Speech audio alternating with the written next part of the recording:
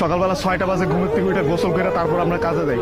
এমনও দিন আছে আমরা সকালবেলা নাস্তাও করি না, রাতের 8টার পরে আসি কাজ থেকে, আইসা যে খানা খাবো ওই শক্তিটাও থাকে না, সেখানে আমাদেরকে রান্না করে তারপর খাইতে হয়।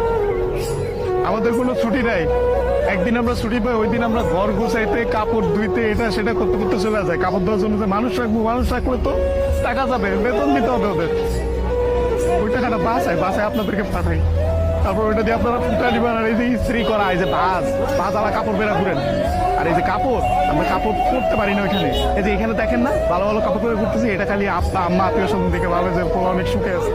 ওখানে তো জামা কাপড় পরার টাইমই পাই না আমরা, কখন জামা কাপড় পরবো? সারাদিন তো ইউনিফর্ম পরেই থাকা লাগে।